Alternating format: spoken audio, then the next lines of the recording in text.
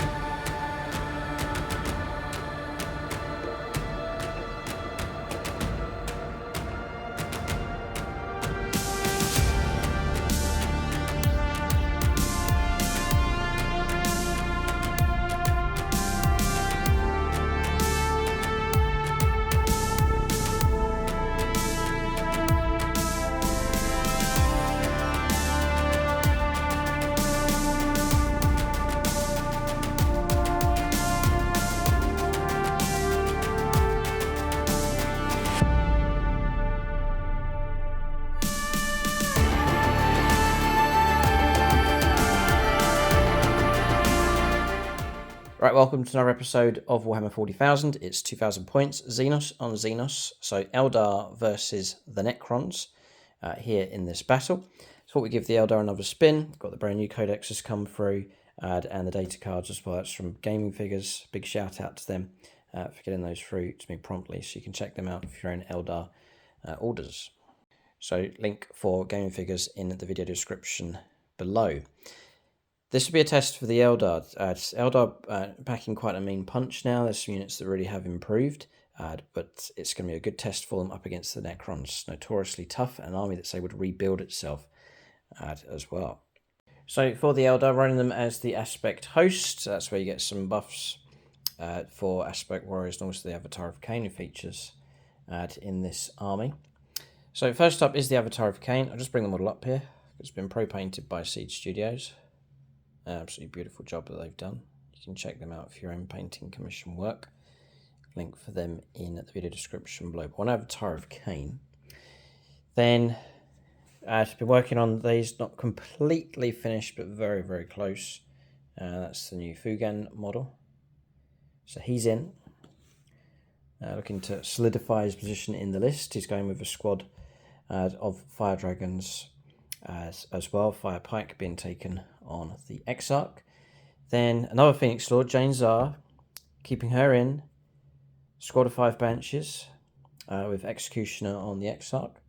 And then transport vehicles of Falcon to go with the Banshees. Bright Lance, Pulse Laser on that, and Shuriken Cannon. And then as Wave Serpents here, Twin Bright Lance, Shuriken Cannon being taken on this one. There's another one as well, second Wave Serpent being taken, same configuration. That's going to take Wraith Blades with their Ghost Axes and Shields. And then there's a Spirit Seal, which acts independently now, but it's going to be hanging around with them, and it will probably start inside the transport, potentially with those. Then that's all of that lot across there. Shifting across, we have one Wraith Lord used to run a 3. We've got one of them now just making way for new units. Shining Spears, 2 squads of 3. Exarch with a Star Lance in each of those squads. Wind Riders, squad of 6, taking the Shuriken Cannons. And then finally the Shroud Runners, squad of 3 of those, the 2-man Sniper Bikes. So that's the list for the Eldar Craftworlds. We have support here with Army Commander and Sub-Commander. So Army Commander is one of the Phoenix Lords. That's going to be Longbow BB, an Eldar player. And he will go... He likes firepower, so... And it's difficult to choose an HQ to lead the force. So put him onto Fugan here for this battle. So he'll go on him. And then second in command, Sub-Commander Mike James, an Eldar fan and player, will put him onto the Avatar of Khaine here for this battle. So that's those two channel supporters allocated as commander and sub-commander. And then we have gold level Patreon support. It's capped at 5 now, 5 for each player. So to help out the Eldar, I've picked Eldar players to help us out. So it's Michael German, Plumhammer, the near side, Chris Comiskey, and Ray Cross. So they're all to support us here, and I would call upon them for a critical dice at some point during the battle. That is the list here for the Eldar. We'll take a look and see what the Necrons have in their list next. So Mike Walker will take command of the Necrons here for this battle. He's led them to victory plenty of times before. See how they cope against the brand new Eldar. So it's an Awakened Dynasty being taken. And then we have Catacomb Command Barge across here. So it's Tamon Ra. And then the idea with him is usually they can hang around with him. It's the 10 Triarch Praetorians with their Particle Casters and Void Blades. Wraiths, squad of 6. Scorpec Destroyers, squad of 6. 2 Plasma Sites. Then we have a Scorpec Lord to hang around with them. Then we have a Canoptic Doomstalker at the back, a bit of firepower support.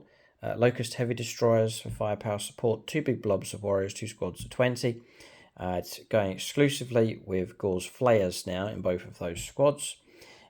Then as we have Ramses, the second Overlord here on foot with Tachyon Arrow and the Glaive. We have a Roll Warden being taken as well. And then we have a Technomancer also. And then finally, a squad of 6 of the Tomb Blades with their particle beamers. Then there's plenty of points for upgrades here. Dermal Bond being taken on the Scorpec Lord, just to make him a bit more durable. Then Veil of Darkness being taken on the Overlord here for Ramses. And then finally the Phasal Subjugator, that's given the +1 to hit roll aura ability. And that's going on to Tamon Ra across here. So that's the upgrades being taken. Mike Walker in command. Commander and Sub-Commander. So for the Necrons, Paintlicker's Paint Pot, that's going to go on to Tamon Ra. And then Notorious Wayne as the Autarch, the Sub-Commander. And he'll go on to Ramses here. And then to assist the Necrons, stay 5 gold level Patreons. We have Travis and Jen, Sam Hermes, Blood Angels Ryan, Gavin, and Martin, aka Vagabond. So that's the gold level Patreons allocated. Both armies ready to go. We'll take a look at scenario and deployment next for this 2,000 points game.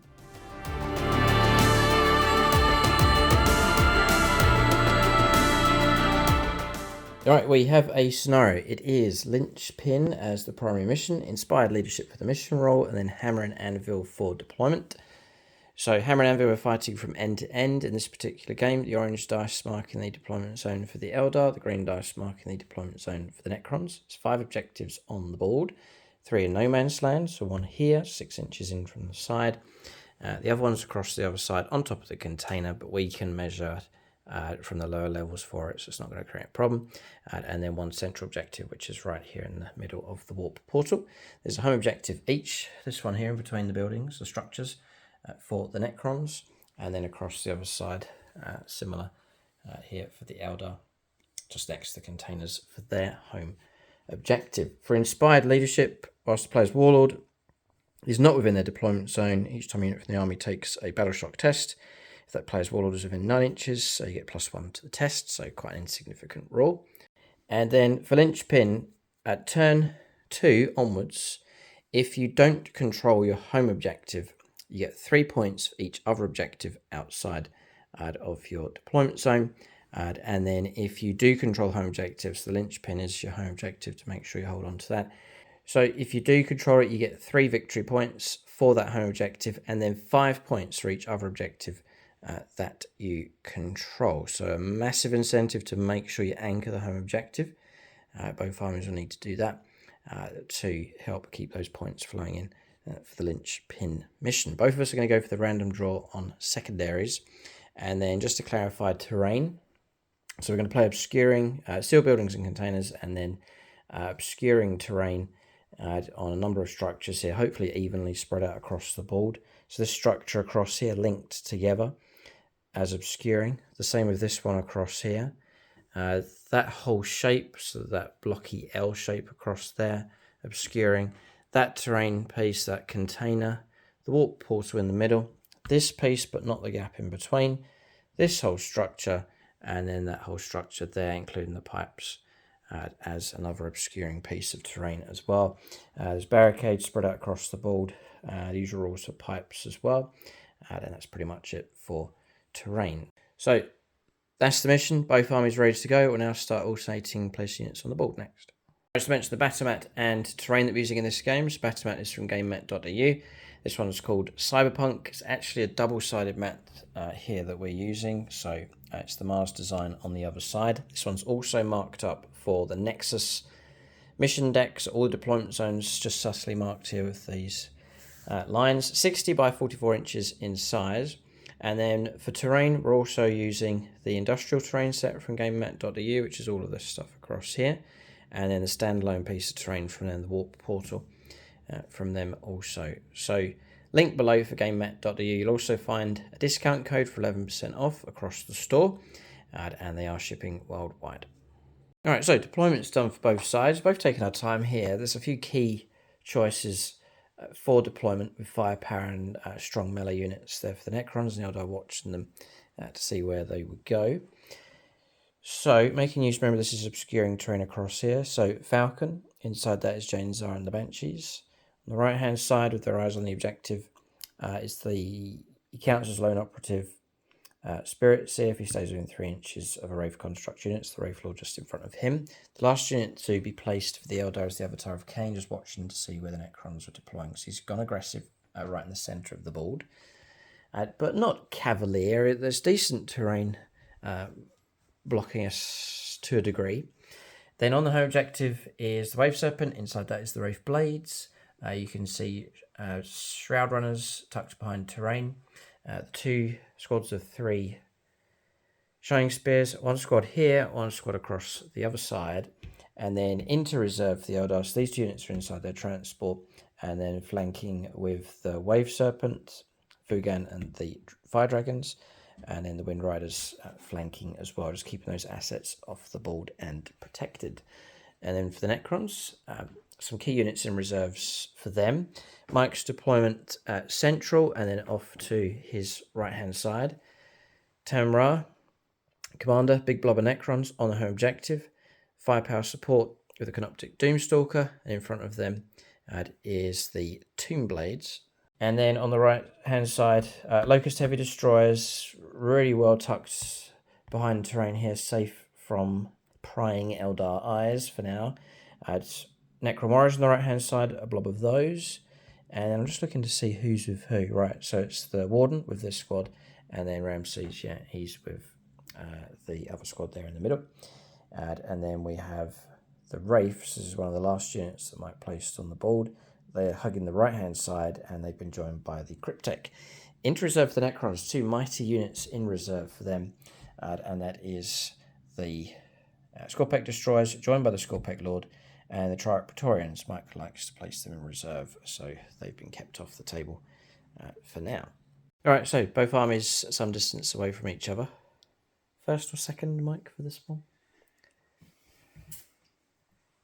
It's got snipery stuff, long-range firepower if you did go first. Eldar the same. There's Bright Lances lurking around, but not too, I don't think either side too heavily committed to turn 1.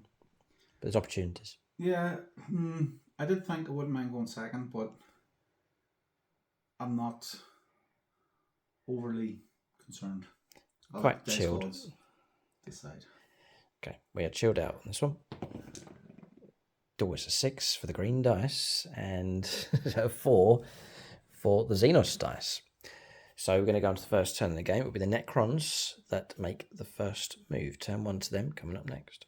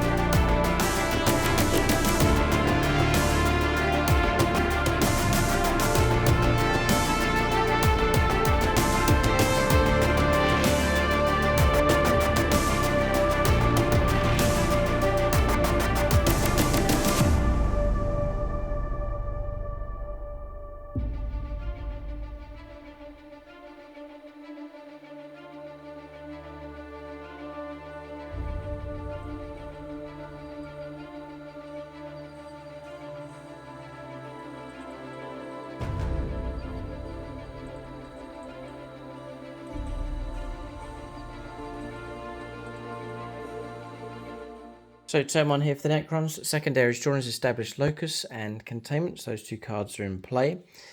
For bonus content and to see extra battle reports, do join us on YouTube channel membership. There's a link for that below. You can go to channel homepage and hit the join button.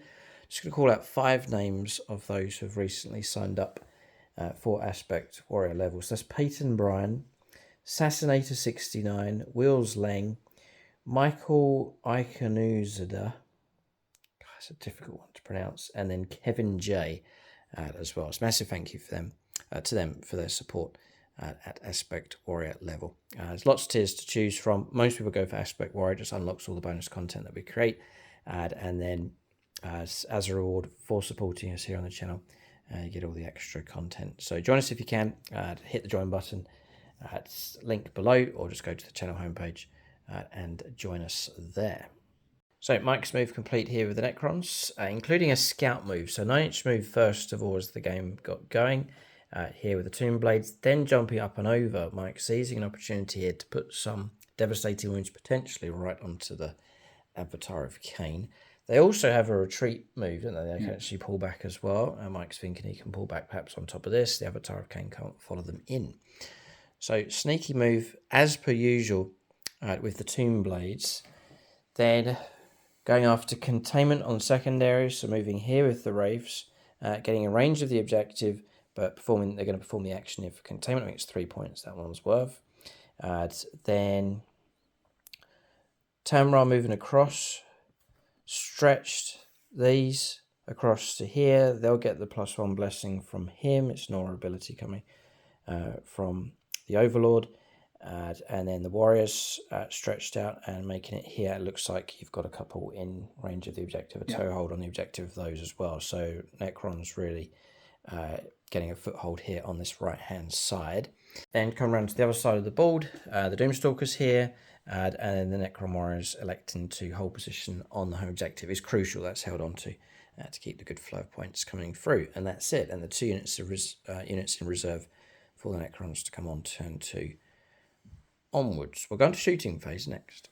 Going to open up the Doomstalker. He's actually tracing a line of sight through the gaps. This is a gap. We declared it through here, so you can see through to the Wraith Lord. So shots available with him.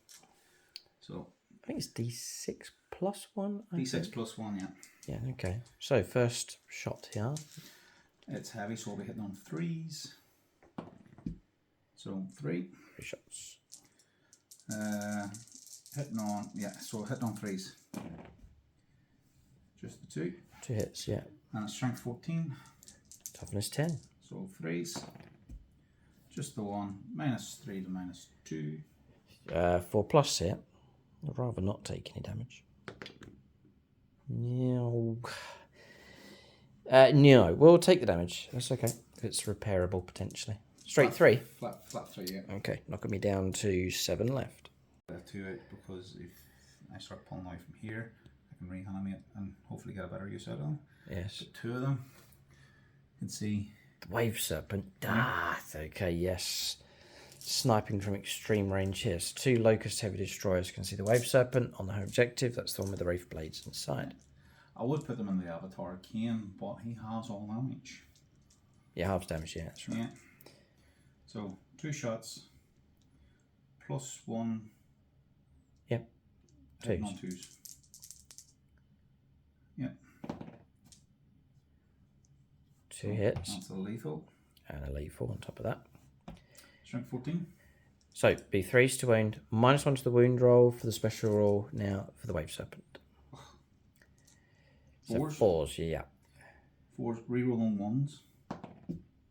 Got it, okay. So these are -4, on the -3. I think it's 5 up info, haven't you? Yes, 5+ vulnerable save. Yeah, I need to pass one of these. Both go through. Damage of 12. Whoa! It's ruined it, if not destroyed it. 13 wounds. God, leaves me with a wound left. People get quite animated using command rerolls in the comment section, but what do you do? I've got to try and stop it. Can't have 12 damage come through. I'll command reroll reluctantly. Oh, but we do block it. So 6 damage. Yeah. So we drop to 7 wounds left instead of 1. Alright, so 7 wounds left. But still, very good shooting. Scary unit. They're always scary. And it's because of the long range, it's difficult to try and take them out. And the Eldar, what do? Do they go after them with their long range firepower? I don't know. Okay, so next bit of firepower. I think Tomb Blade's itching to put some shots into the Avatar. They won't worry about halving damage, just 1 damage at a time. Or maybe, right, or maybe Shining Spears. Interesting. So, yeah, I'm actually going to go after the Shining Spears here.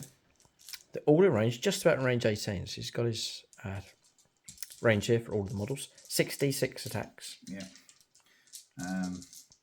So... Yeah, not liking this. Well, you'll be alright. 10, 13.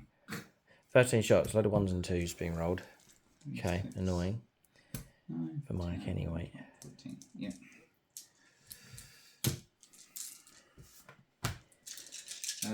Threes to hit. Have the Shannon Spears got the -1 as well? No, they don't. No? They used to.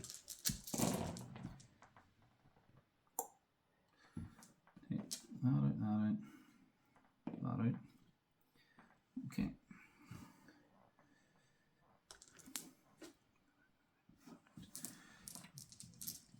And then strength 5. Toughness 4. So it'll be 3s, but we're looking at devs. Yes. Not a single dev to be seen. 5 saves. Of 3+. No way being it. Okay. Come along. Yeah, we passed them all except 1. Oof. Virtually bounced that attack coming through. They're 2 models, so we'll put a wound just on the man at the back. Got off very, very lightly with that one. Mike can now make a manoeuvre with the Tomb Blades. Yeah, we'll let him move them. Alright, so that's the move. Onto the objective. Mike now holds the central objective, holds the right-hand side, and the home objective. So strong enough for the Necrons. They're in this quarter of the board here, strong enough. Containment's been fulfilled. This is the end of the turn here, no charges and melees. So 3 points picked up for that.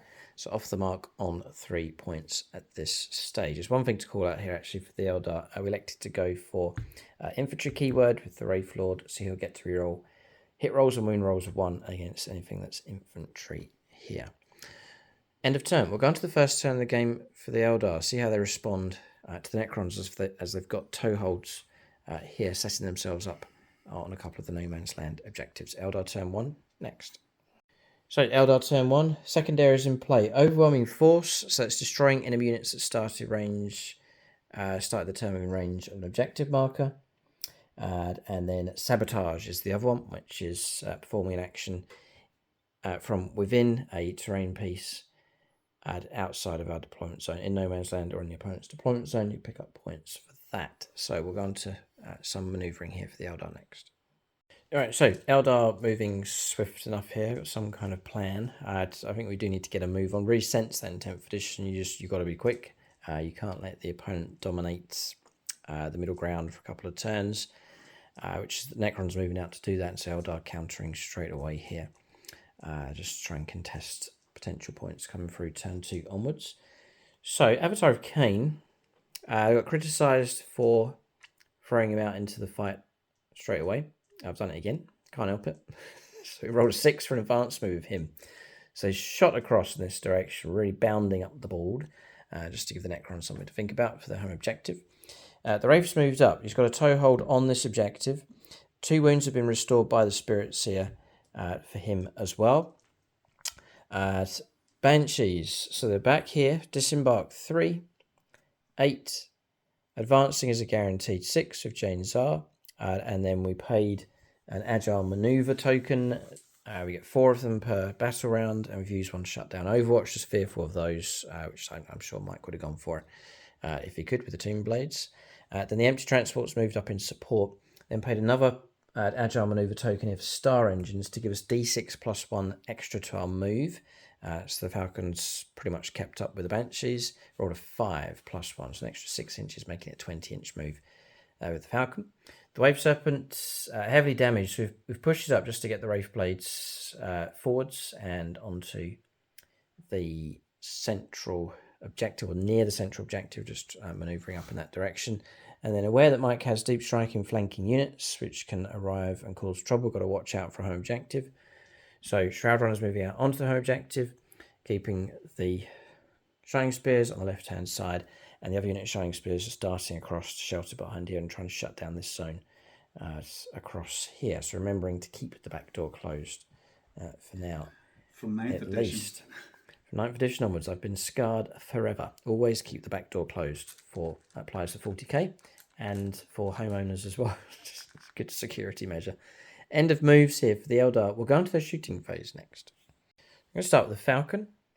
And we're going to put all the heavy guns over into Locust Heavy Destroyers. We'll see how we get on. And then Shuriken Cannon's going to go into the Tomb Blades. Okay, because I want to strike them to help out the Banshees with firepower support in your shooting phase. After this model was shot, select one enemy unit hit by one or more of those attacks into that turn. Each time for any model that disembarked from this transport, which would be the Banshees, we can reroll the wound roll just to try and help them out in close combat. So I'm going to start with the Shuriken Cannon first. I'm going to turn to one of the patrons. I haven't used any yet. Then we'll go to the top of the pile. Michael German, who plays Eldar. He plays Raven Guard as well, actually, Mike. Yep. Okay. So Mike's running Raven Guard at the moment, and we've just played a 1,000-point game over on channel memberships. That battle report is live. You can check that out to see the Raven Guard debut on the channel. 3s with the Falcon. 4, sorry, for stealth. Yep. That's lethal now for the Shuriken Cannon, and then we'll try and wound you with the other one, which we don't. So 1 wound, AP -1, bit of cover. Back to 4 then. 4 ups, yeah. And blocked. Okay, but we struck the target. That'll help us if our charge goes ahead. Next up, Bright Lance. Yeah. I'm sure Michael's a fan of the Bright Lance, which does hit with the Falcon. And then it'll be it could even be a 2 to wound. We've got a 5 anyway. Yeah, okay. Right, Bright Lance is AP -3. Bit of cover, -2. 5 up. No. This is D6 +2. So 2+ to destroy a model, if you can let it go. D6 +2. Yeah. A 1 would have killed 1. Oh, 4 wounds yet, so, yeah. Got him, just about.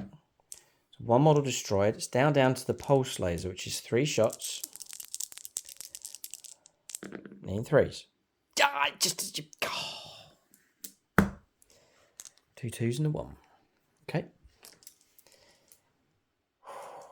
That's a shame. All right. What if all 3 hit? 2 would have wounded. Would have command re-rolled the living monkeys out of that.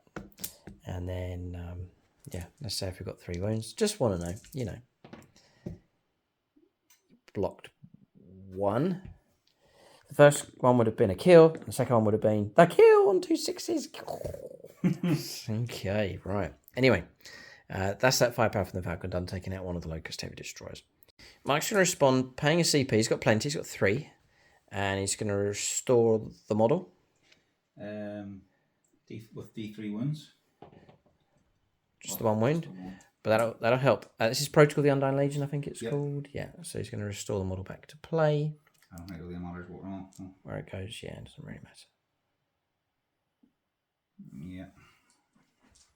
It's a very useful stratagem for that type of unit with a low model count. 1 win left. Great. We'll check range here at maybe the Wave Serpent. So, Shuriken Cannon out of range. I was going to try and pick that wound off. So I'm going to put them into the Warriors. And then 1 Bright Lance shot will go into the Locust Heavy Destroyers. So we'll go Bright Lance in. Missed. There's nothing I can do.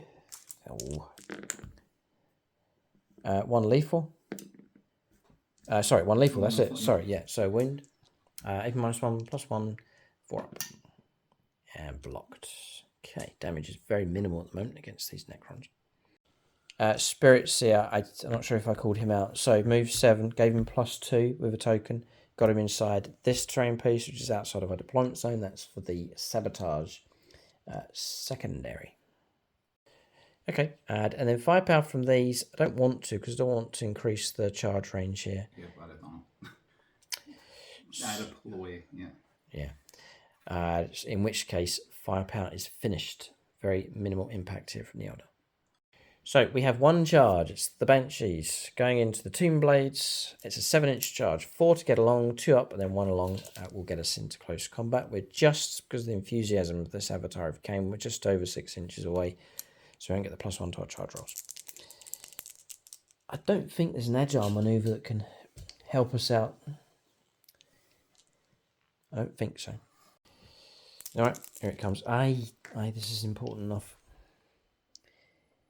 The near side for the charge. Eldar player, also Chaos Demons. 8. 7 needed, 8 we got. All right, that charge goes ahead. Thank you very much indeed to one of the gold level patrons, the near side. So we'll push up in this direction here with Janezar and the Banshees. Okay, charge goes ahead, looking something like this. Banshees are in. We'll make a parley move with those and fight with them next. So parley move made. Just going to zoom in here so you can see the flavour of this fight. Okay, Banshees against Tomb Blades. Fancy the Banshees' chances. Ideal situation, though, obviously, is the wipeout if possible. All right, so we'll start with Janezar. See if she can take them out single-handedly. It is possible. We'll elect to reroll our 1s for our aspect host detachment roll. And Is that 1's to hit or 1's to wound? To hit. We'll go to hit. We'll try and get the hits in. So 8 attacks now, Janezar. She's pretty tasty. So 2s rerolling 1s. None. She's got all of her hits. Well done to her. And we're coming in now at strength 6. Toughness 5, so 3s. 3s to wound. And then re-rolling because of the Falcon. Doesn't help. Yeah, it does. Actually, hold this. This is 2. I reckon I can use my Aspect Warrior token now. Once per battle for each Aspect Shrine token. So we've only got 1. You can change the result of 1 hit roll, 1 wound roll. Do you know what? I'll save the token because I think we're doing well enough. 7 come through. These are at AP -3 and 2 damage. Dead. Oh. 4 plus save. Yeah. Oh, Janezar, she's not bad. She's not bad. She's wiped the unit single-handedly. In an acrobatic display to her Banshee sisters. Target destroyed with swiftness. Well done to Janezar. Alright, so all of a sudden the centre of the board is completely empty as we paid a CP for a stratagem. I really like it here for this attachment. Skyborn Sanctuary. So end of the fight phase, 1 Assyrian unit from your army and 1 friendly transport is able to embark within. If your Assyrian unit is wholly within 6 inches of that transport, it can embark within it. And we kept them just within 6 inches. That's the 6-inch aura just sort of around across in this direction. So the Banshee is able to hop inside. So that preserves them. Downside is that the central objective is completely empty. Eldar lose control of that objective. But I'd rather keep the Banshees in good shape. There's plenty of Necron units that would be more than happy to go after them, potentially wipe them and clear them off that objective. So retreating back into the sanctuary of the transport here, but that Eldar combat was swift and deadly and it accomplished the wipeout that we were looking for. End of turn here for the Eldar. We'll see what points have come through. All right, Mike's removing models. Okay. Points coming through. Yeah, I was saying he does it now, which is a strange one. End of turn. Sabotage achieved across here, 3 points. Destroying an enemy unit that started the turning range of objective marker, another 3 points. Eldar off the mark here, 6 points. A healthy amount of points for a couple of secondaries being fulfilled. Eldar have got themselves ahead, but they're not as strong, not quite as strong on objectives. Mike is holding at the start of his next turn one of the No Man's Land objectives. Mike's about to play Veil of Darkness. That's done at the end of so at the end of your opponent's turn. Yeah. How interesting. Once per battle at the end of your opponent's turn. As long as you're not within engagement range. And this is operating that you're just removing them from play and then you'll bring them in from reserve On your turn. Reinforcement step, your movement phase, set up the unit anywhere in the battlefield. Gotcha. It is more than 9 inches away. No problem at all. Okay. At end of turn, we'll go on to turn 2 now for the Necrons. Alright, so turn 2 for the Necrons. Secondaries is behind enemy lines. Big incentive to push into Eldar territory. And then area denial, clearing and holding the middle of the board. 8 points picked up for primaries straight away for the control of the right-hand objective and the control of the home objective. Tamra, manoeuvring around here. Living metal, wounds being restored on these. Back up to full strength by the looks of it, yeah. So you've got to go for the wipeouts for the Necrons. Necron warriors pushing through in this direction. Canoptic Doomstalkers on the move as well, heading across this way. Necrons really amassing a force across here. So this is the Veil of Darkness unit that's turned up. The green dash is marking the edge of where Mike can deploy up to, just to stay just over 9 inches away. Wraiths have manoeuvred out, poised and ready to shoot and charge.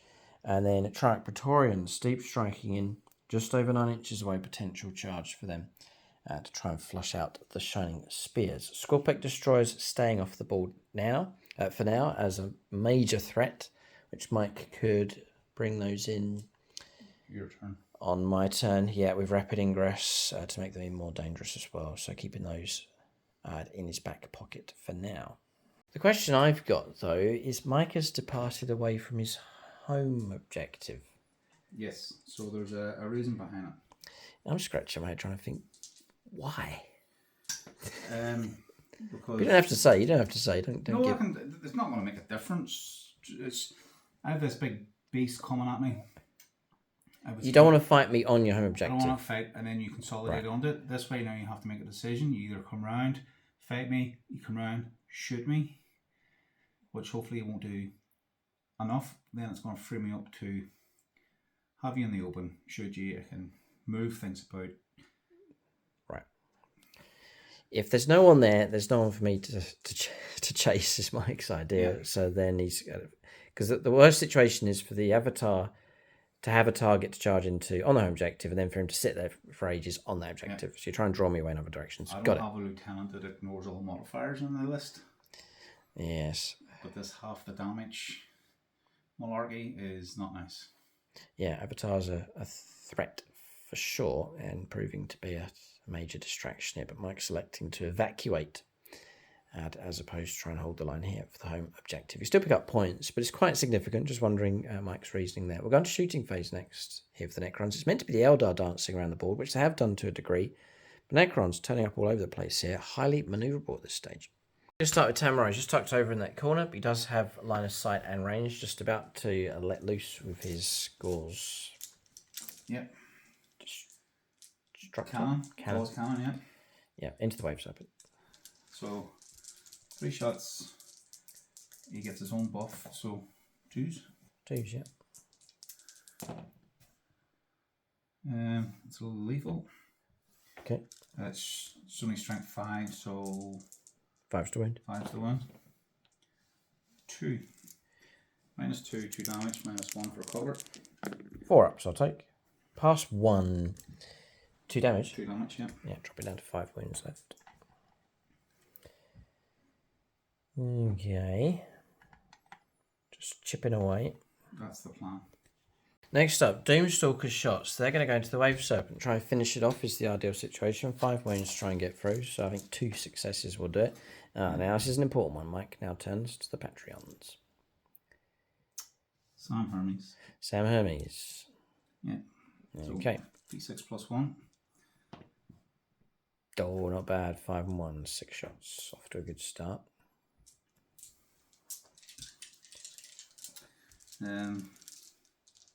4s. Okay. Yeah, because Mike moved. It's good shooting. Very good shooting.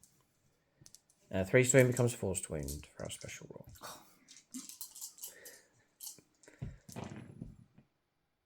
It's protected us a little bit. 2 go through. -3, -2. -2. 5 up. Save 5 plus invulnerable save. Block none. 6 damage. Can't keep command re-rolling. I've only got 1 CP available. We need to save it, I reckon. So target destroyed. Good shooting. We'll see if we detonate. We don't. And then we'll roll up for the models inside. and no mortal wounds. So we'll disembark. Alright, so look at something like this. Interestingly, Wraithblade's deploying to their right, and we've now gained control of the central objective. Mike's not going to let that happen so easily, so firepower is going to come in against them. Potential charges as well with the Wraiths, but first of all, Locust Heavy Destroyers into the Falcon. Yeah. Oh. Hitting on 2s. Go ahead. Yeah. So we'll do Travis and Jen. So Travis for the hits, Jen for the wounds. Okay. Right, here we go. This Necron force is not to be underestimated here. All hit. Such a useful unit to have. Strength 14. 3s to wound. No minus on this one. Straight up 3s. Is it a Vegal? Yeah, it is.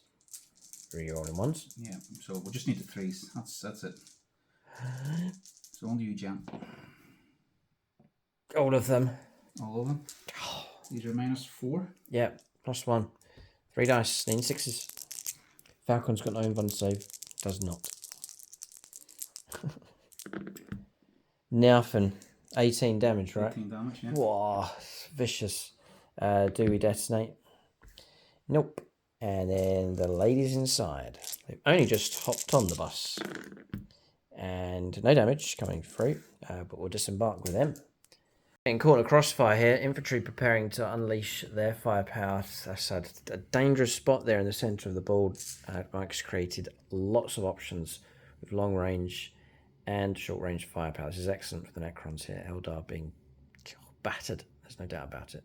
Banshee's disembarking to here. So we're down to infantry units now at the centre of the board. Plenty of Necron firepower still to come. You've got Wraiths can shoot. Stacked up units of infantry. Well, the only thing they can see is these. So the Wraith Blades, yeah. I'll put just to knock that off the to-do list. So everything into here. Yeah. So they're running exclusively on Gore's Flayers. Is anyone in range 12? No, maybe not. 24. Yeah, range 24. Is it rapid fire one? Rapid fire one, yeah. Yeah, I'll calculate number of shots. So 29 shots in total. I think Mike's going to go with the Warden first. Yeah, so he'll do his shots. Just grind these pointy-eared princelings down. Yeah, so because he's leading the unit, I got +1 to the hit roll. And Mike will be happy at the way things are going because he hates the Eldar, correct? I hate playing against them. I like all the other stuff. It's the fact that they brought chaos into the world too with Sunny. Okay. So you don't hate them as much as James? No. James has 0 toleration for Eldar. Don't know why. Well, maybe a decade of torment. It's different Eldar codexes. Oh dear, I could tell many a story. Back in, I'm not sure what edition it was, when you used to deep strike in, you used to run warp spiders. Squad of 5, and it was when you used the scatter dice, and it was front, side, and rear armor values. I think it was 5th or 6th edition. But pretty much every game, and some of the games are on the channel, but every game, deep strike in right into the corner of the table, right behind James's tanks, rear armor. I think it was strength 6 against toughness of or armor of 10 yet, so it was 4s or more just to get past the armor. I used to ambush James every time with the warp spiders. No matter where he put his tank on the board, you could deep strike in tight. It wasn't the just over 9 inches. You could go in, as long as you got your hit with the scatter dice, you could go in tight, and I used to land all the time and just blow his tanks away. So yeah, it could be one of the reasons why James hates the Eldar. But anyway, do carry on with your firepower. So it's 2 shots, hitting on 2s. Right, yeah, it's the Warden going first. That's a lethal. Strength 5. Toughness 6. So a 5. Yep. Getting the results today, yeah. It's only -1, but you'll cover it. +1. 2 ups, blocked. Yeah. Our armor save will help us. 29 shots now. With the rest, with the Gore's Flayers.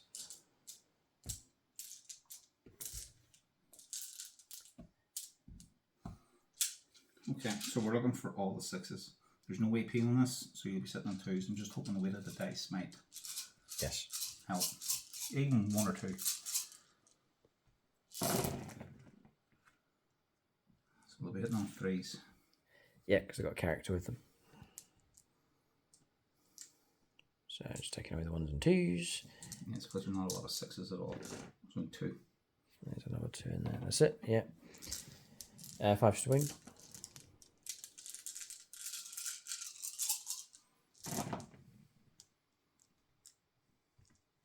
Plus those lethals. 7, 8. 2, 4, 6, 7. Oh, 7. Okay. 2 ups. And there's 2 1s. So enough to cause 2 damage and 1 wound left. I'm obviously going to put it at the guy at the front. Just there. Next up are the Wraiths. A volley from them. They do have devastating wounds with their particle casters. Yep, so 6 and 18 shots. Nice. Character with them is you're going to get +1 to hit rolls as well. Yeah. So 3s.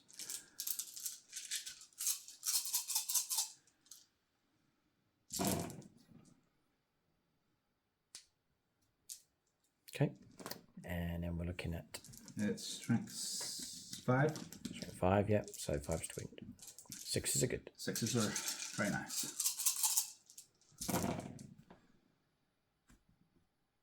It's got a couple. So I'm just going to bring the model down. And then 3 normal, no VP. Block those. So 2 devastating wounds come through. So 2 wounds left on one model. And then a model slain. Tanking it pretty good. Surviving well enough. The Necromancer with Staff of Light. Yeah. 3s. Full hits. And then strength 5, 5s again. 5's to win. Nope. Okay. Yeah, okay. So the infantry squad across the other side. 20 shots going to go into Jane's squad. They'll go first, try and strip the bodyguard away. And then Mike has declared the tachyon arrow into that squad. The ideal situation... to get past the bodyguard and then tachyon arrow Jane's That would be some manoeuvre if Mike can do it. 20 shots. He's checking stratagems. He's got points to spend just to see if he can amplify that firepower at all.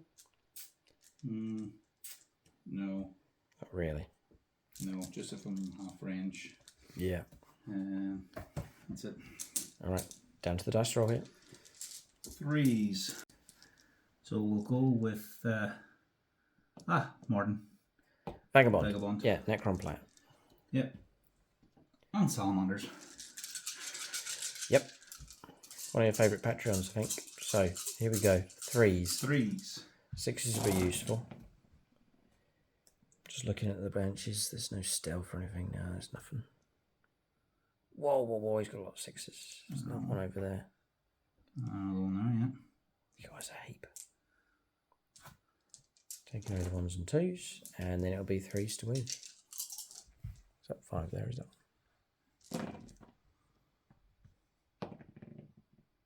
God, green dice. They're on fire.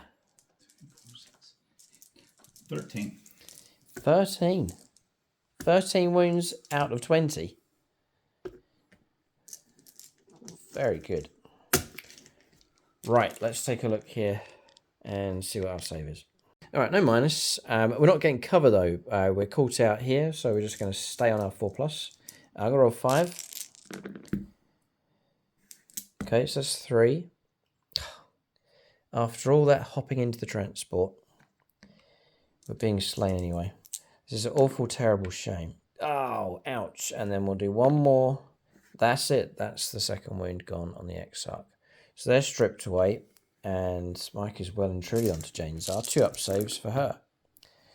She skips around and dodges those, just making sure she's on a 2 up. Yes, she is. All right, so she survives. Bodyguard stripped away. It's that tachyon arrow moment. The fear. The vagabond shot, here it comes.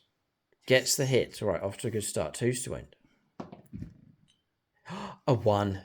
Come on, reroll if ever there was one to be used. Got it. AP -5, I believe. Jane's Art does carry a 4+ invulnerable save.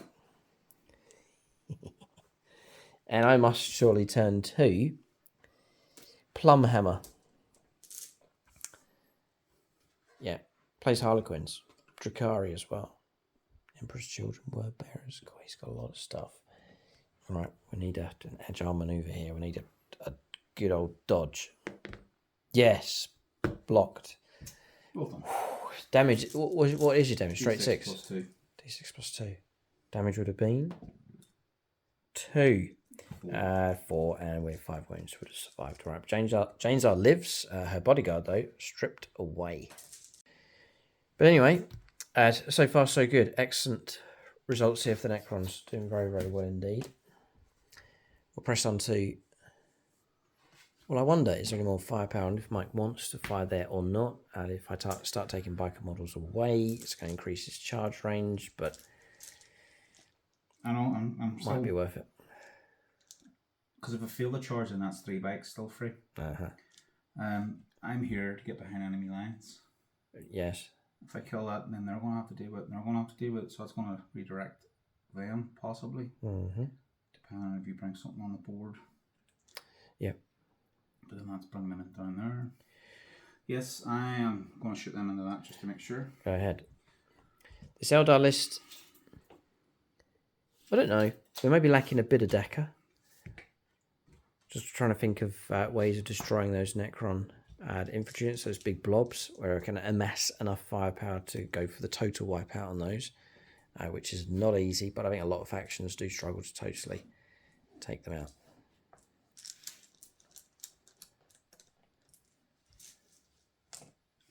So, except the tower, right?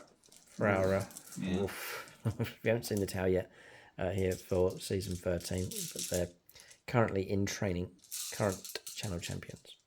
So, 3s? Yep. So this is the Trap Praetorians of their particle casters. There is no shenanigans or anything like that. Don't like this volley here. There's nothing to protect the Shining Spears. You're free just to roll up. Toughness 4. Strength 5, so 3s. 3 to wound, 6 is devastating. 6 is dev, yeah. If you roll exceptionally well, if you roll really well, you could really take them out here. Don't like this. There's 6s, there's 1, there's 2, there's 3. 3, and then looking 3s. 3s. Oh. Getting zeroed in here. 2, 4, 6, 8. No minus, take 3 up saves. Can we get that across the board? Yeah, so we'll just roll these up. It's not bad. How many devastating wounds? 3. So 6 in total. It's virtually a wipeout.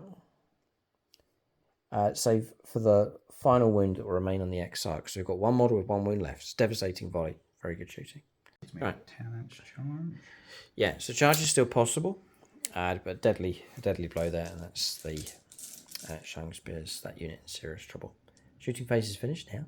Yeah. It was a good one.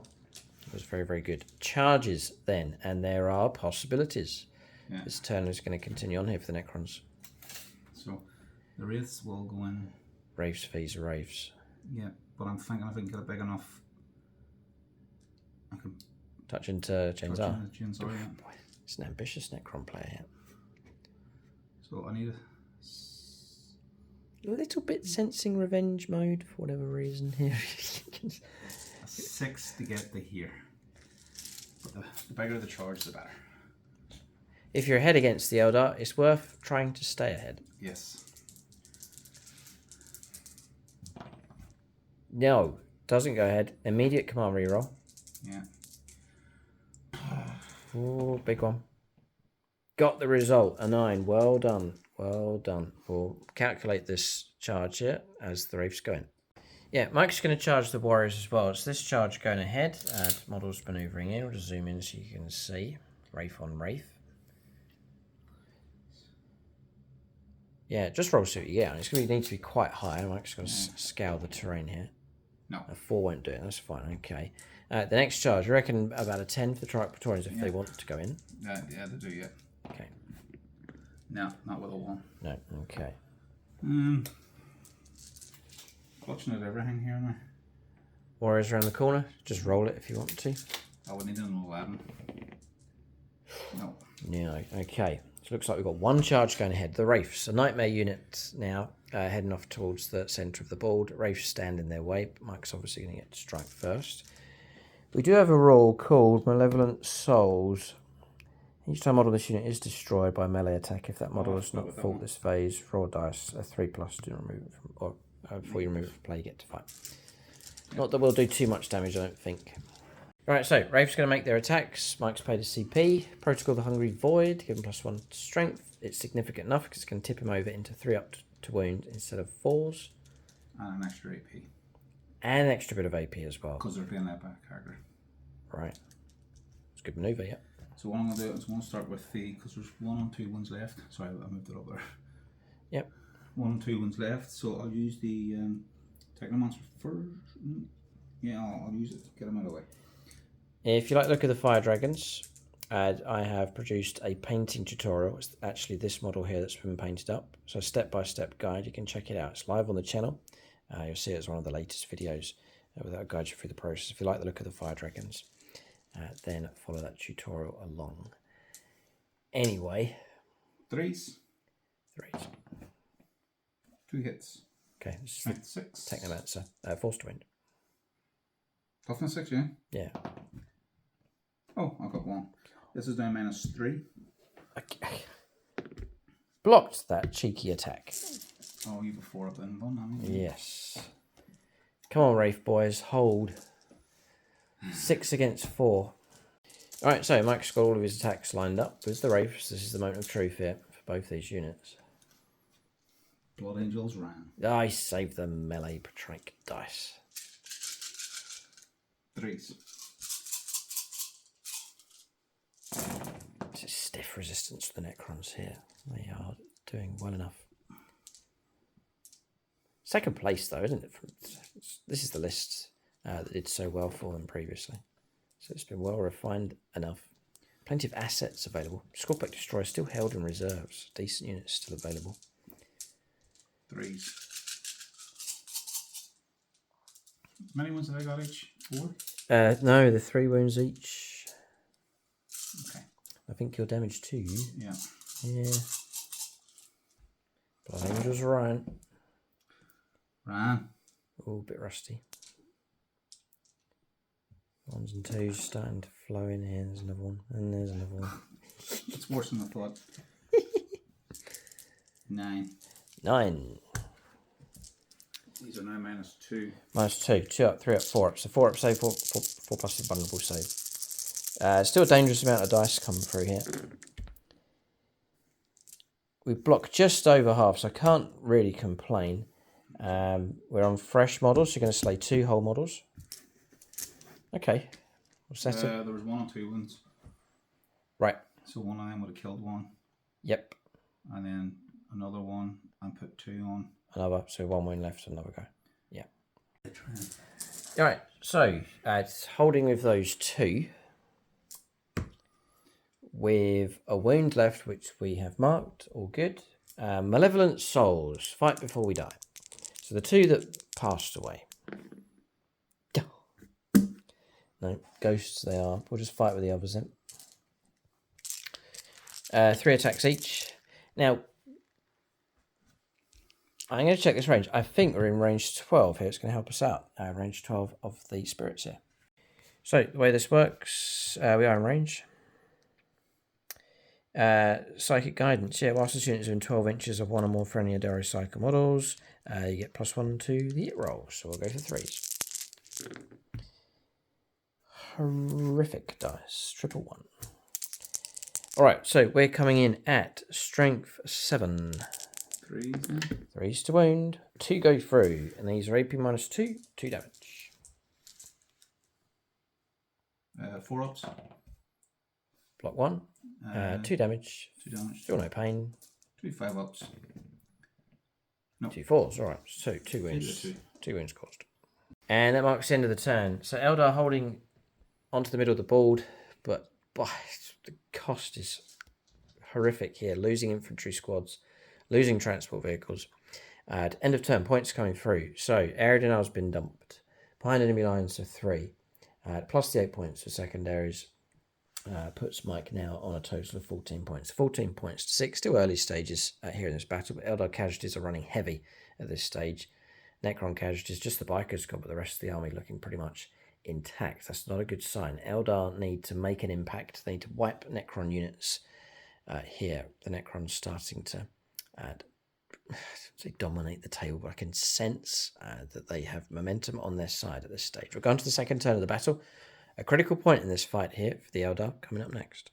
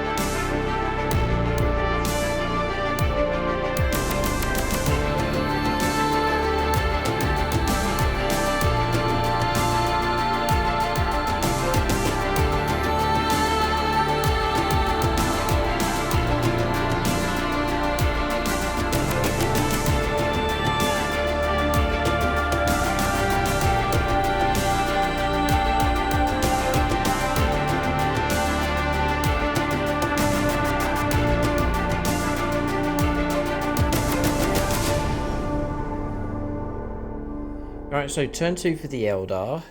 It's not too bad. We've got assets available, and I think we can go after some of the Necron units at least. Establish Locus and Storm Hostile Objective, the two secondaries in play. Eldar have gone for sort of their own box shape across here. So the two Wraiths pull back out of close combat, the Wraith Blades, onto that central objective. We auto pass morale on them because we're in range of the objective, actually held it. So 5 points picked up for that one, 5 points picked up for this one. Control of the home objective, 3 points, 13 points, strong enough on primaries. Mike's about to rapid ingress to the Scorpec Destroyers. That's going to change things up here. I think there's an exposed flank he's looking at here. We'll come back to them in a moment when they're placed. Then I paid an Agile Maneuver token to shut down Overwatch against the lone Exarch who busted morale, but you can still, by the wording, it seems you can still use Agile Maneuvers. Who shut down Overwatch with him, and he's zoomed off towards the Triarch Praetorians on his own. But to support him, Shroud Runners, plus turning up on this flank here, actually our home deployment zone, with the Wind Riders to lend some firepower support. The Shining Spears that were here have manoeuvred out onto the objective just to reinforce that. Avatar of Cain, decision to make with him. There was two plays I could have gone for. Shifting right to go after the Canoptic Doomstalker. I then could have played Sudden Strike, I think it's called. Yeah, so that would let him fight here and then make a 6-inch consolidation. Oh. So I shifted on to Mike's home objective. Very tempting to go for that. But the Wraiths were too much as of a threat. I can't let them run as around the board here. They will cause absolute havoc in amongst the Eldar units. So I've got to take the opportunity to try and wipe them if I can. So to do that, I brought the Avatar around, paid an Agile Maneuver to give him +2 moves, so shifting 12, paying a bit for pivoting. He's got himself to there though. Janes are in support, free to shoot and charge. And then to support them, Fugan disembarking here with the Fire Dragons to lend some firepower support. The idea is to try and bring down ideally 2 or 3 Wraiths with firepower and then charge and destroy the rest. That's the ideal situation, to really try and go for the wipeout. So here on the objective, still on the objective here with the Wraith Lord has been given sustained hits. At the start of the turn here by the Spirits, who's moved across, straddled in between the 2 Wraith construct units. And with that manoeuvring done, Mike's turned up here with Scorpec Destroyers, a major threat now on this objective. Oh dear. What can you do? We'll go on to shooting phase next for the Eldar. Jane's going to try and take out a Wraith. We'll start with her. We'll elect to reroll our 1s. So 2s. All hit. We're coming in here at strength 6, toughness 6, I believe. Yep. So force to wind. And 4 winds come through. AP -2. 4 ups. Yeah, 4 pluses to block. 3 go through. 5 plus, feel no pain. 1 damage. Just 1 damage, yeah. Block 1. Block 2, well done. So 1 wound taken, dropping down to 1 wound left. Going to try and pick off that wound with the Shining Spear squad. They just made a regular move. So we'll do a lance shot first. Only one of them in range. And that's missed. I'm rerolling 1s for my shooting. And then we're going to go for shuriken catapults. Do you know what? I think, yeah, there's a shuriken cannon on the squad leader. So instead we'll go for 2 regulars first of all. Wow, okay. I wonder if they're on lethal. No, they're not. 5 to wind. 2 linked. 3.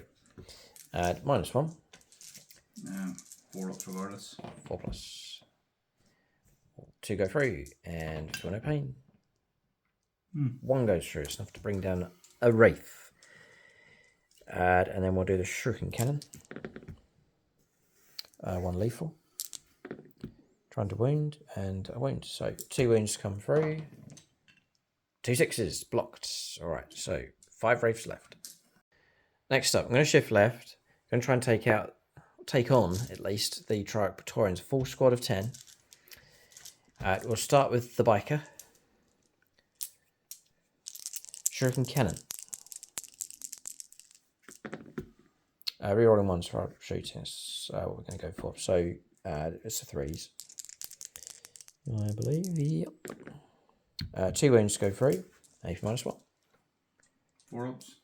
Yep. That's 1 1 goes through. Damage 2. Yep.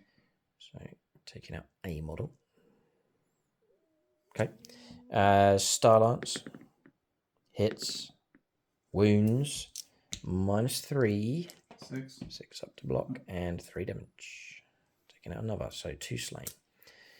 Next, we'll go for the sniper team first. And they'll put all their shots into that target. So, are they aspect warrior? No, they're not. Okay. So on 2s. With the long rifles. Precision doesn't make any difference. Boy. Strength 4. 1 wound. 2 wounds. 2 wounds -1. 2 damage. Enough to take out 1.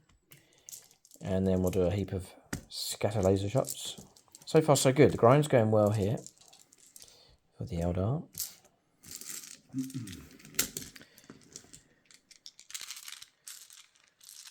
These are 3s.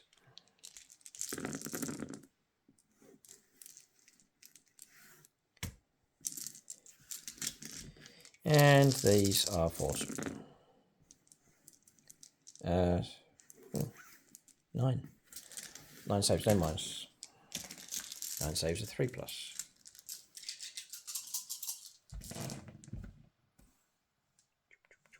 And 3 go through. So enough to slay 1 model and a wound on another. Okay, see if Mike's going to use any kind of stratagems here. He's only got 1 command point available at the moment. We'll go on to the Wind Riders next. So by about 1.5 inches, they are the closest target from here. The other target was the Wraiths. They're just over 16. Over here it's just over 15. Which means we're rerolling hit rolls.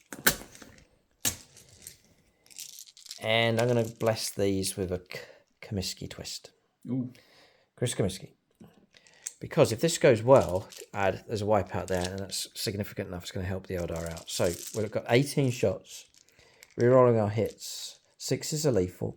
And because we shot with those first and got some hits coming through with the sniper rifles, we're ignoring any kind of cover. I don't think they're getting cover anyway. Looking for 3s. I'm glad of the reroll here. It's helped out a bit. Okay. Those are lethals. And then we're going to try and wound on 3s.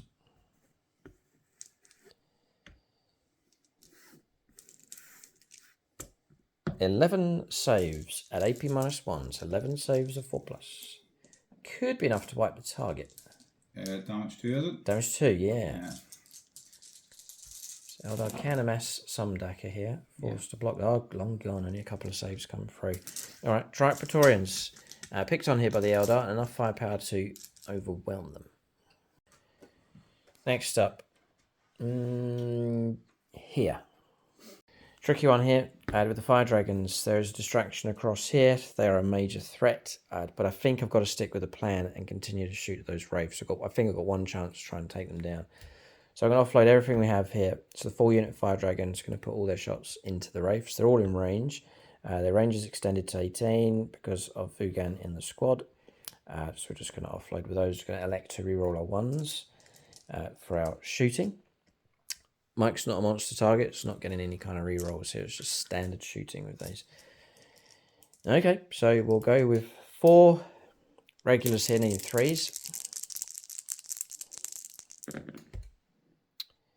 Reroll that 1. Okay. Then going to try and wound you on 3s. Yeah, 4 go through. 3 go through. Down to invulnerable saves of 4+. 2 6s and a 2. Only the 1 goes through. This is a regular fusion gun, so it's going to be damage of D6. 1. There's nothing I can do. Feel no pain of 5+. Oh. A wound goes through. Next, it's not so good. We're going to go for the fire pike next. So that's a nice hit. And that's a nice wound. Cool. Not blocked. And it's going to be... I think it's still just D6 damage, actually. Yep. And a 1 again. And not blocked. We're just whistling away here. And then finally, this is a real poor one here. Fugan is going to do his attack. So it's Seer Song. It's 1 shot. That's a nice plum hit. 2s to win this time. Goes through. 4+ invuln save to... And blocked. Dreadful. Invuln saves blocking. Wrong kind of target. I don't think I would have done too much better across there, but not so good here from the Fire Dragons.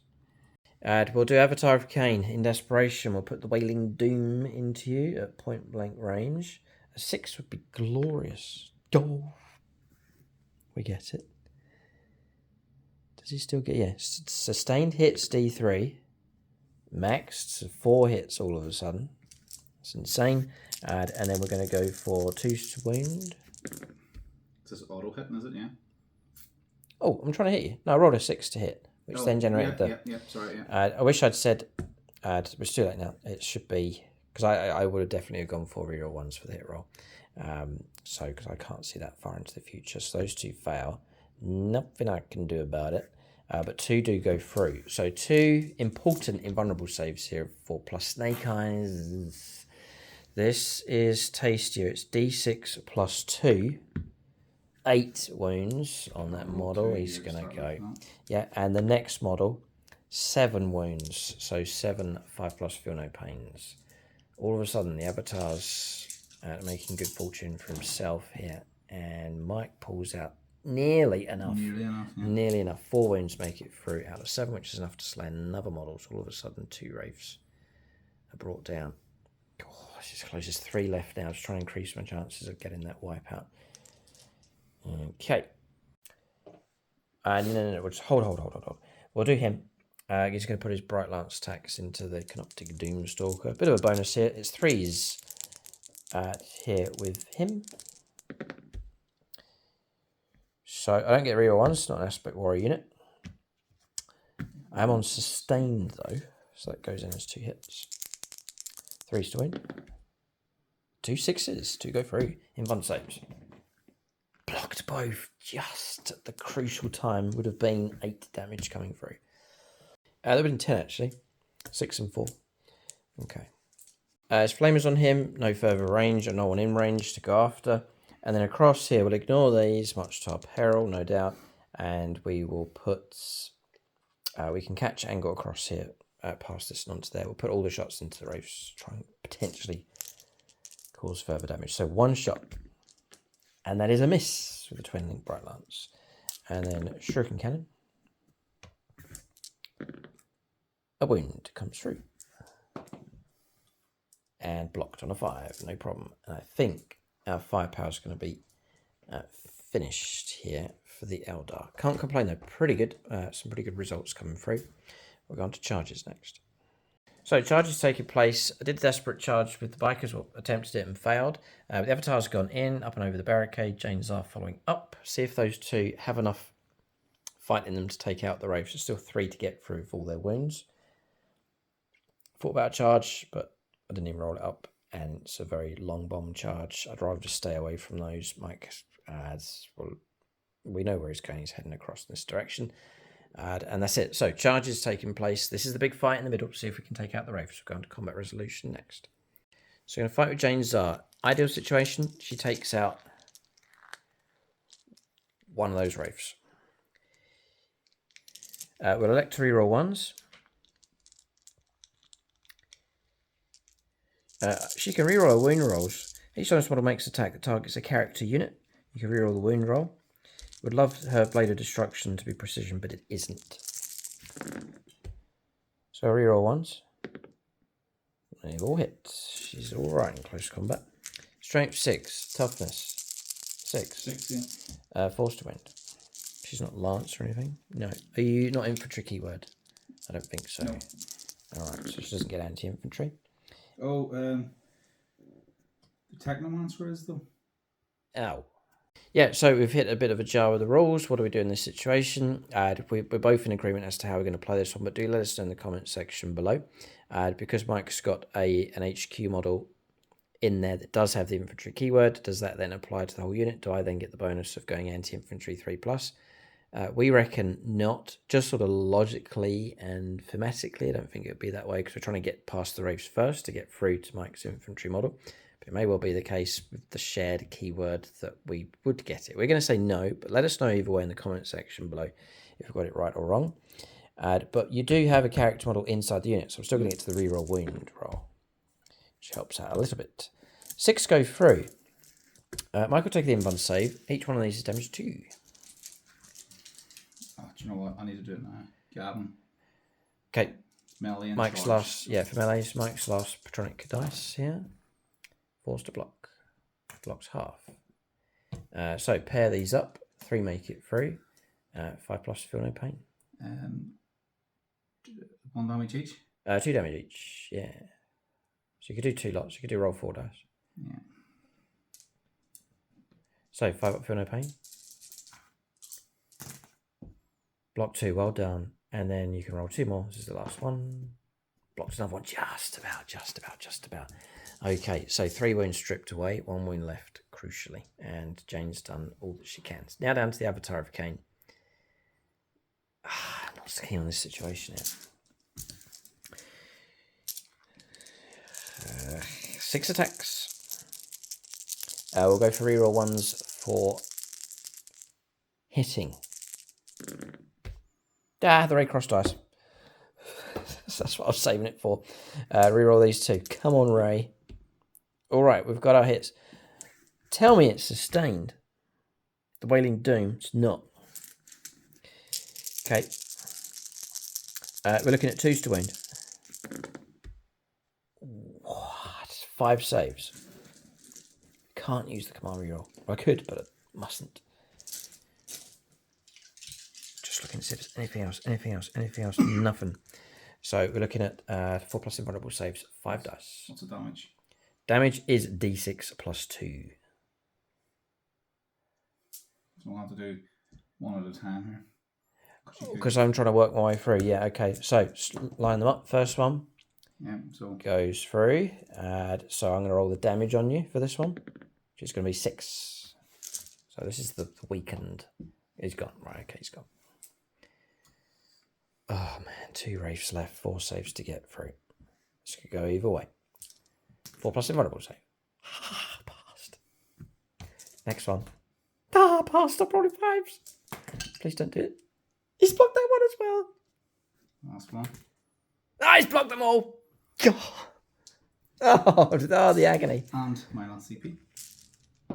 Last CP for what? Regenerate. Regenerate models. Oh, no. Oh, no. Back with 2 wins. Yeah, and I'm bringing the model back. Those pesky, wretched Wraiths. You think you've gone overkill against them, but then you haven't, because they just will not go away. And they're virtually back up to half strength as well. Well done, Mike. End of turn. Nope. No, I got fight back. Fight back. All right, go ahead. So, Jane? yeah. All right, Mike's doing his attacks. So he's gone first with the Cryptek, and no hits coming through. Had to go against the Avatar. One Wraith against the Avatar, nothing coming through. And the other two that can fight, he's selecting to go into Jane. Yep, so 3s. Was a few have failed. We're toughness. Do you know what they made a toughness 3? Yes, she is. She's toughness 3. 2s. 2's to wound. Oh, escape again. Okay. -1, flat 2. Both sneak in. 4 damage. 4 damage. She's got a wound left. Agony.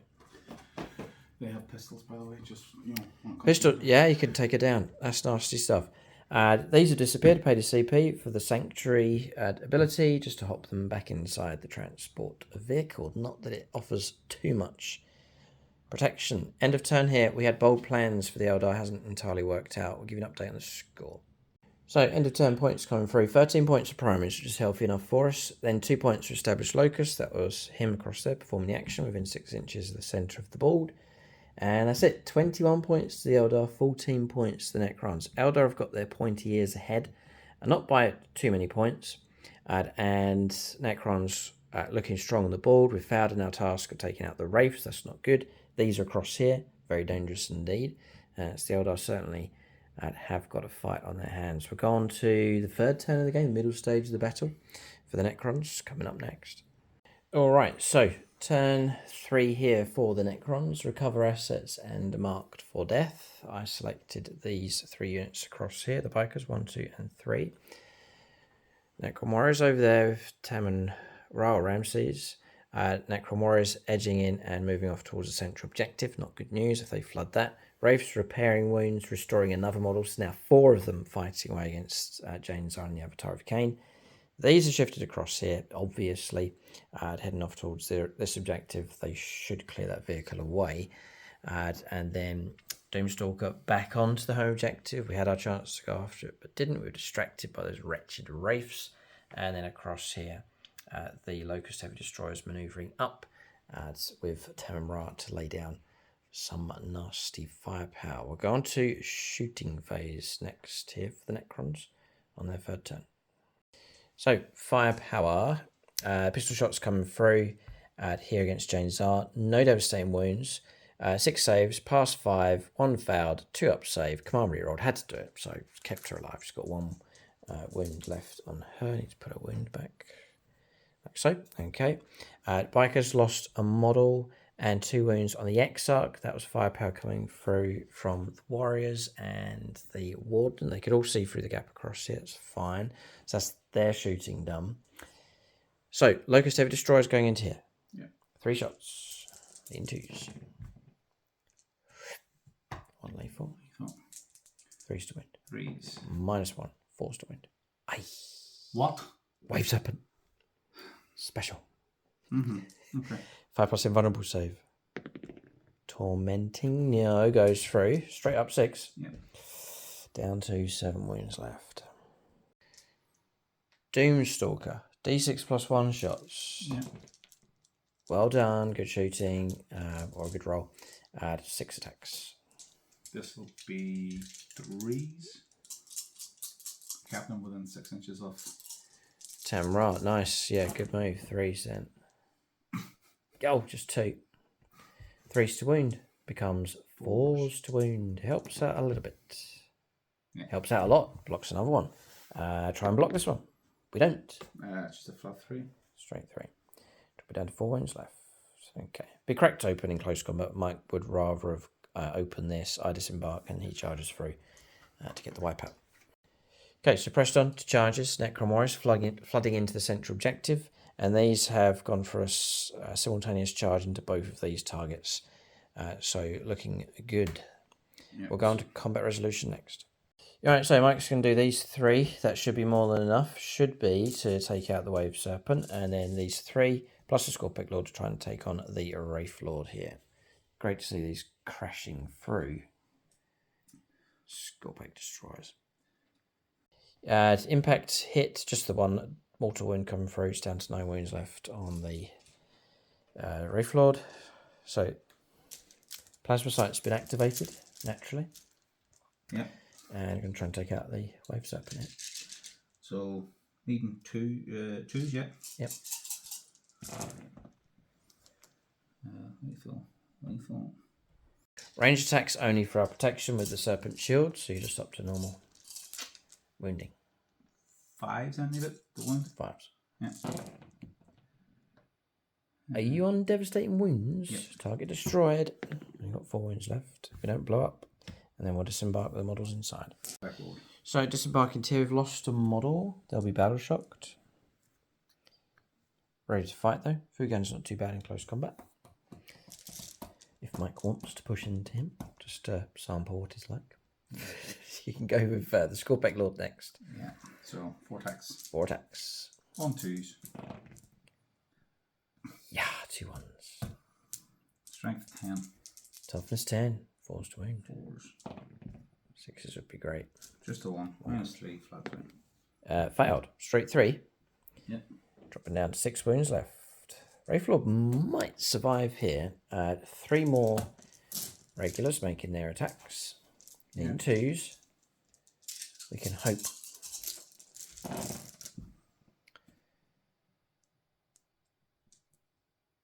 Looking good.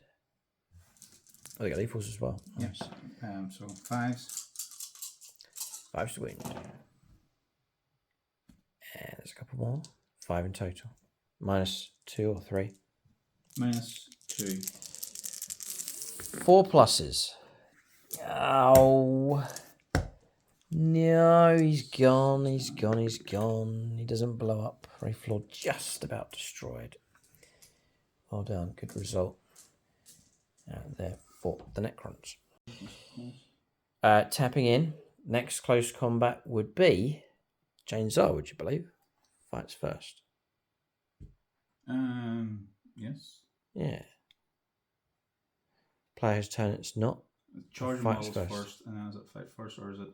I think charging models gain fights first. As you alternate. So yeah, hang on a second. You alternate starting the player's turn, it's not. It's actually, out of all of this, would have been Jane Zar first, like first. But anyway, we'll do her now. We'll reroll ones for our hit rolls. Come on, Jane. Reroll ones, super reliable. All of them have hit. I'm going to try and wound on 4s. There's a character in your unit, which means something for Jane. Reroll one. Reroll the wound roll. Oh, not bad. 7. 7 4+ invulnerable saves from Jane's art. There's a heap of snuck through. They're all 3s. God, tons of 3s. 6 3s, 12 damage. So the first Wraith here, 2 dice. Sorry, we'll do this. I'll string out 6. Mike can take the first pair and 5+ feel no pain. Not quite enough. 1 wound left to one of the models. He goes, and that one goes. Mike can then take these pair, which will be 4 dice. 5+ feel no pains. They kick in really well. Well done. Just the 1 wound comes through. In which case you can take the next pair. It's another 4. 5 up, feel no pains.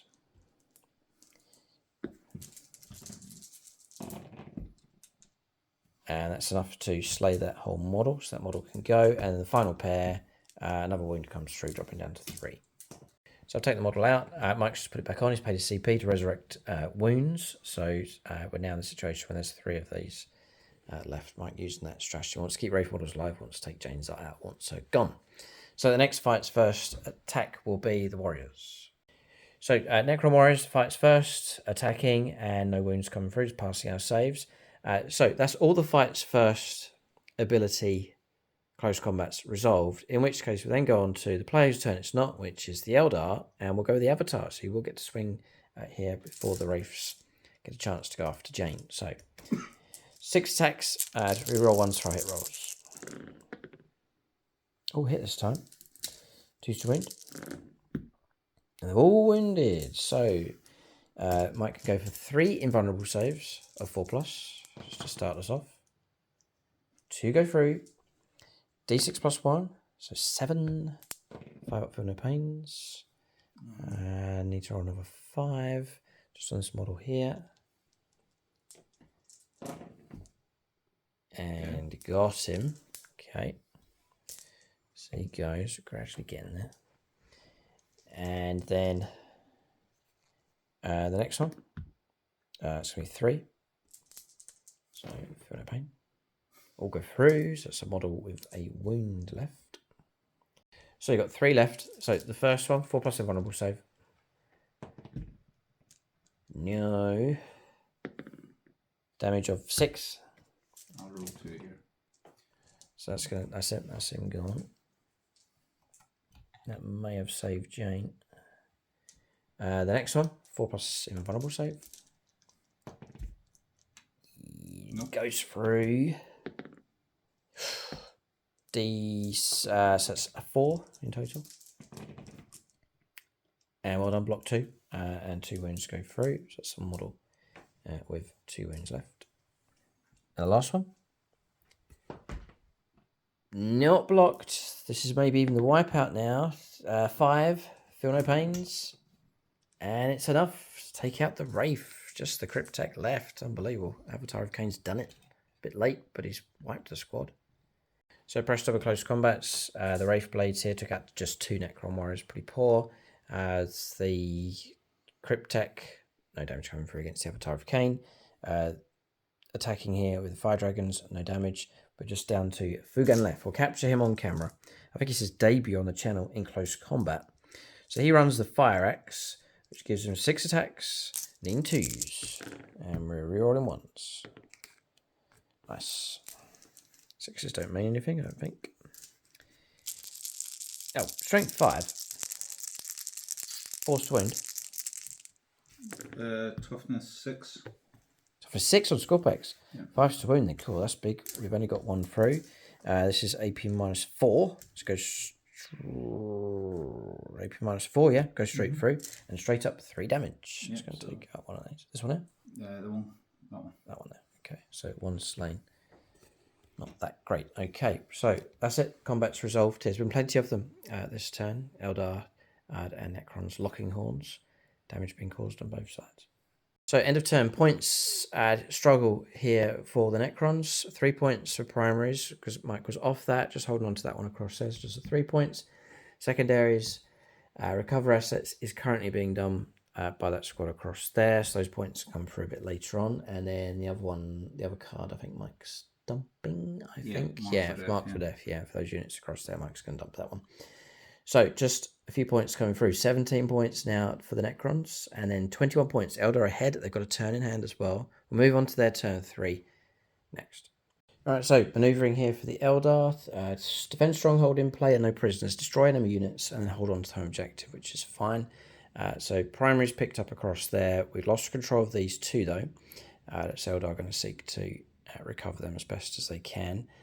Primary aim for us is to take out this unit to clear this objective and to try and take on those Necron Warriors as well. So stay in close combat, restoring a model with the Wraith Blades. There's 3 of them fighting away in that central objective. Chainsaws moved up, ready to join in that close combat. Avatars remaining close combat just against the Cryptek. Bikers positioning themselves to see through to here to lend some firepower support, backing out a close combat with the Fire Dragons, and then the 2 Bikers, the 2 Shining Spears that were across there. They've moved across to shoot and charge.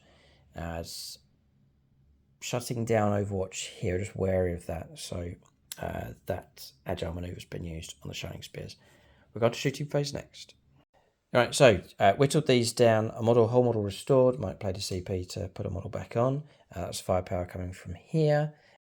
The Shroud Runners as well, and then most of the damage actually came from the Wind Riders. They're damage 2, and cover being stripped away thanks to the Shroud Runners. So took out 3, Mike restored 1.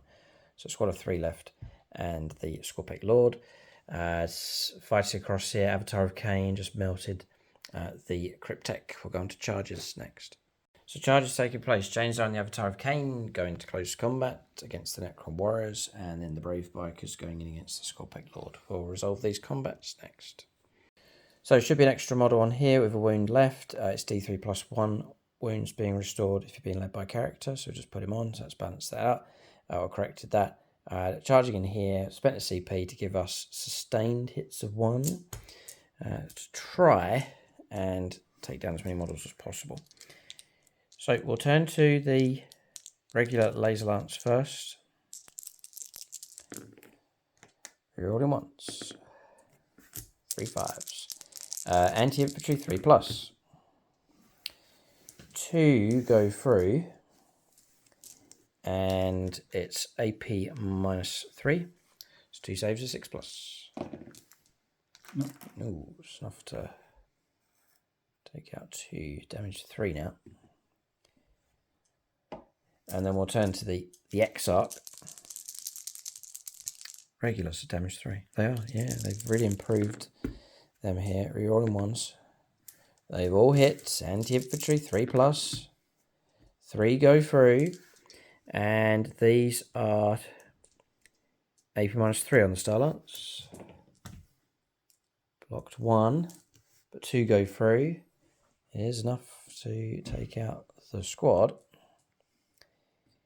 And leave just the Scorpec Lord left, who will be dangerous enough. But that was a good hit there from the Shining Spears. Keep going with the fight's first units. Jane Zar will do her next. Reoring ones. They all hit. And 3's to win. It's a character unit. Amazing. They all go through. At AP minus 2. No, minus 3. It's 8 kills. Straight up, damage 2. Ouch. So Mike's remove models. We'll turn to the Avatar of Cain. Now he's nasty enough. We'll switch to sweep attacks. 12 attacks, rerolling all 1s. They all hit. 2's to wound. Oh. Of them except 1. 11 here at AP minus 2 and 2 damage. Necron Warriors, all of a sudden, their numbers cut down. 11 saves in 6s. There's a 6 in there, but that's enough to kill another 10. So there'll be 2 left in that squad. Been decimated here by Jane Zar and the Avatar. So casualties are already on there, so that squad's actually been wiped out. Bit of stunned silence here with the rapid assault from 2 models. Avatar of Cain, Jane Zar working together, have been able to clear the infantry squad out of the way. Away from the central objective, now Eldar have now regained control of that one. And the lone Scorpec Lord braced and ready to fight. So he could do his attacks back, see if he could take out these bikers to free himself up. It's the question if he can do it. So I think he's 4 attacks. 4 or 8. Oh.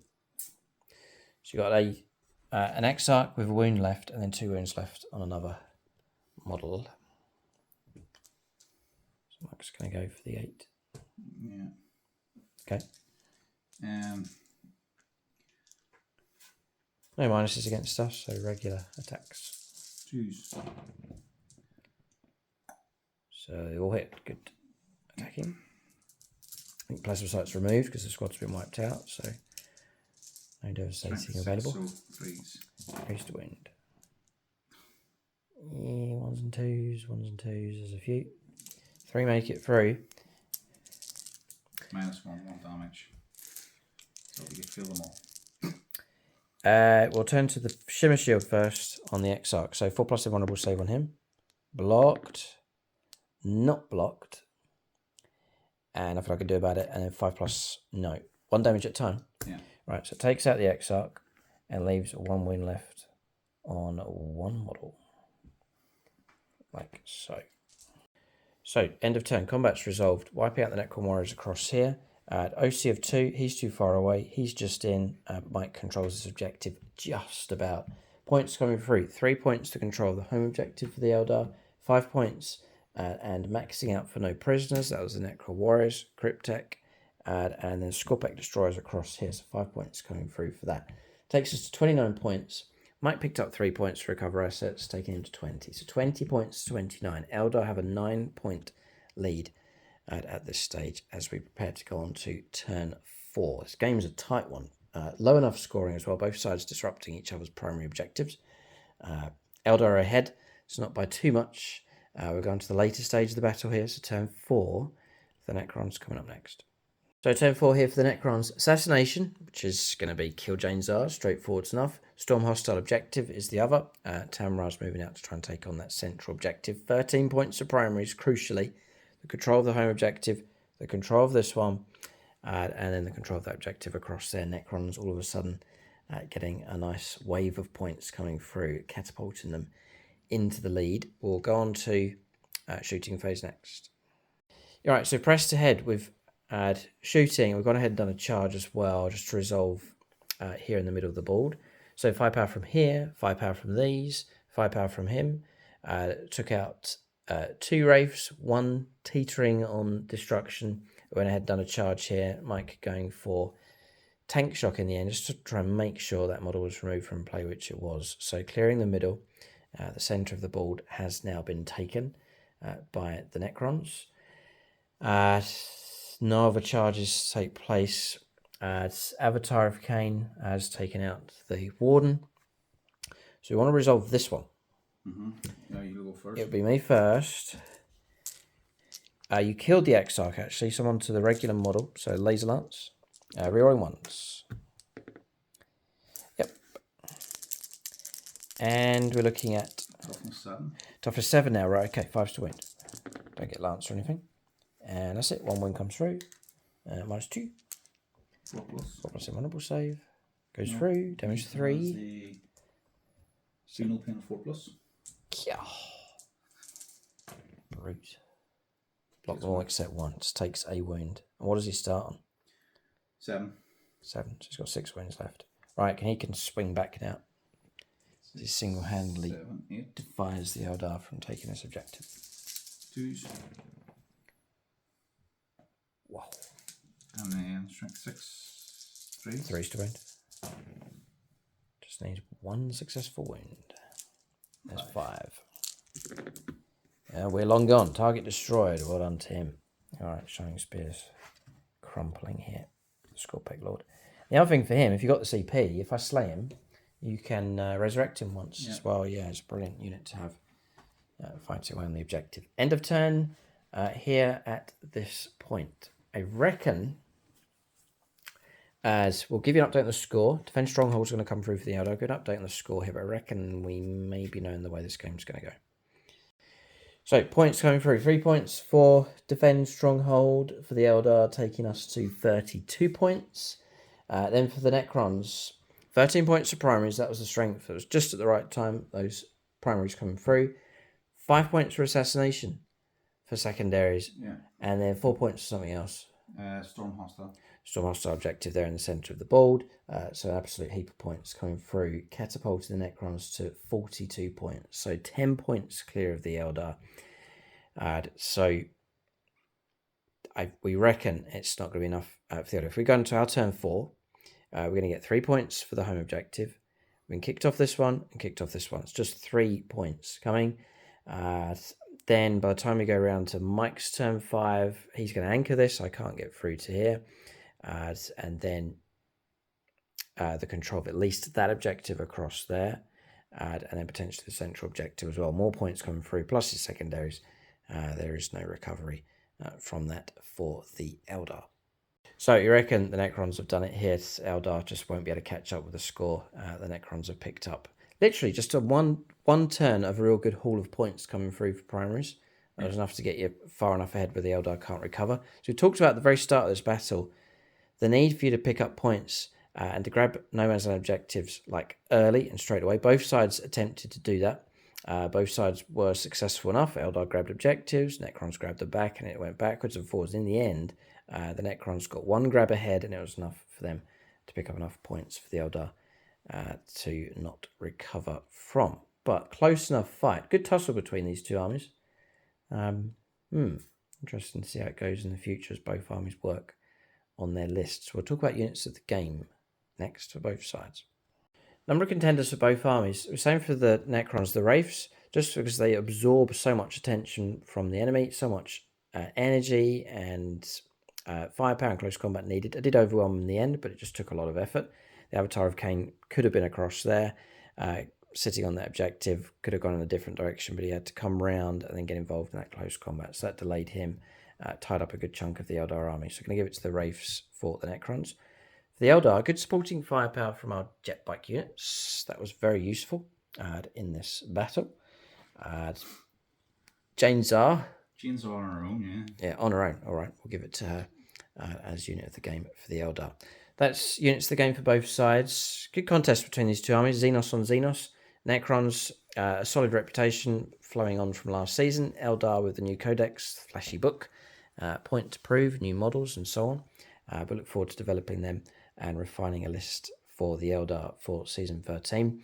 Shout out to Dumpy Grimbo and Brian Nielsen. Big thanks to them for their support at Silver Level. For extra content, join us on channel membership, link below. Or you can go to the channel homepage and hit the join button. If you want to support the channel further, join us over on Patreon or select the higher tiers on membership as well. But in this particular fight, Xenos armies have clashed, tussled, and in the end, it is the machine that has prevailed against the Eldar. But it was close enough. Keep a lookout for more battle reports on the channel. Thanks for watching. Tune in next time.